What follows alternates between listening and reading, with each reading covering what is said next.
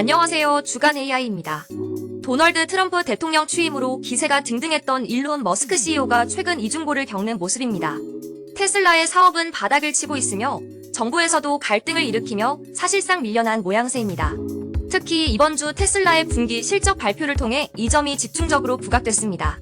지난 23일 테슬라는 전년 동기 대비 71%가 감소한 순이익 4억 900만 달러를 발표했습니다. 또 올해 1분기 판매량이 전년 동기 대비 13% 감소했다고 보고했는데 이는 2022년 이후 최악의 분기 실적입니다.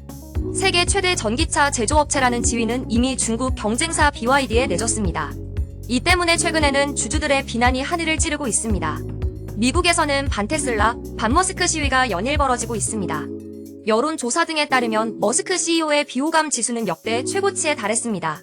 그가 이미 지난해부터 전기차 사업에 흥미를 잃었으며 자율주행을 앞세운 로보택시나 휴머노이드 로봇 사업에 집중한다는 것은 잘 알려진 사실입니다. 그런데 그마저도 쉽지 않다는 것이 문제입니다.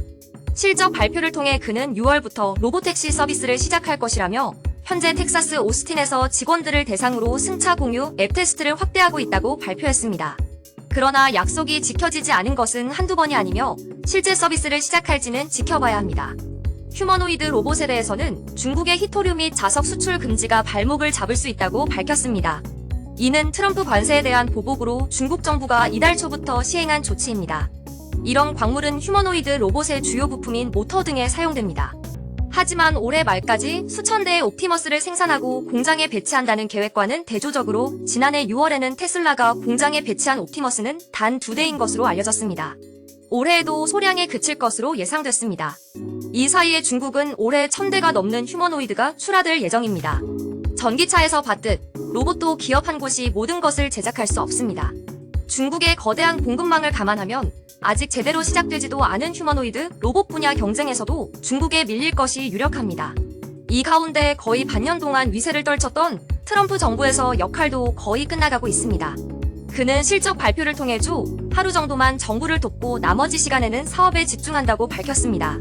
실제 130일 임기로 제한된 특별 정부 직원으로서의 역할에 대한 마감일이 다가오고 있습니다. 게다가 최근에는 정부 관계자들과의 충돌이 연일 화제입니다. 이미 그는 마코 루비오 국무장관과 피터 나바로 백악관 무역 및 제조업 담당 고문과 공개 마찰을 일으켜 화제가 됐습니다. 특히 트럼프 관세를 설계한 나바로 고문을 멍청이라고 불렀습니다. 23일 악시오스에 따르면 스콧 베선트 재무장관과 백악관에서 욕설을 하며 언쟁을 벌였습니다. 이들은 국세청장 직무대행 임명 문제를 놓고 트럼프 대통령이 지켜보는 가운데 몸싸움 직전 상황까지 간 것으로 알려졌습니다. 백악관 대변인은 의견 불일치는 건강한 정책 결정 과정에서 자연스러운 일이라고 밝혔습니다. 또 백악관 관계자들은 대통령 앞에서 이런 일이 벌어진 것에 대해 별로 놀랍지 않다는 반응입니다. 워싱턴 포스트에 따르면 한 백악관 관계자는 일론이 일론했다라고 평했습니다. 이미 인심을 크게 잃은 것으로 보입니다. 줄곧 트럼프 관세에 반대했던 그는 결국 실적 발표를 통해 관세 인하는 번영을 위해 좋은 생각이라며 관세에 대한 결정은 근본적으로 국민의 선출된 대표, 즉 미국 대통령에게 달려있다라며 고개를 숙였습니다. 세계 최고의 갑부에다 미국 대통령의 실세로 기세를 떨치며 테슬라 주가를 폭발적으로 끌어올렸던 그였지만 이제는 상황이 많이 바뀐 것으로 보입니다. 인공지능 분야에서도 오픈 AI의 경쟁자 역할을 계속할 수 있을지 지켜봐야 합니다. 외형상으로는 xAI의 기업 가치를 키우고 세계 최고라고 자랑한 그룹3를 출시해 사용자를 늘렸지만 122일 만에 구축했다는 데이터 센터 콜로서스를 제외하고 혁신이라고 부를 만한 기술을 선보였는지는 의문이기 때문입니다. 이어 국내외 주요 뉴스 전해드립니다. 오픈 AI가 기존 매출 목표를 상향 조정했습니다. 올해 하반기부터 출시할 AI 에이전트가 주력 수익원으로 성장한다는 내용입니다. 위트니 채용에만 합격하면 근무 여부와 관계없이 보너스 2천만 원을 주는 전략을 선보였습니다. 국내 스타트업 중에는 처음으로 보이는데 어떤 결과가 나올지 관심입니다.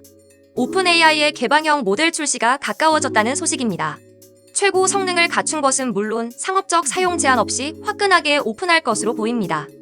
챗GPT나 그록 등에 밀렸던 제미나이도 지난해 말부터 사용자 규모를 크게 늘린 것으로 나타났습니다. 이대로라면 올해 목표인 5억 명 돌파는 확실해 보입니다.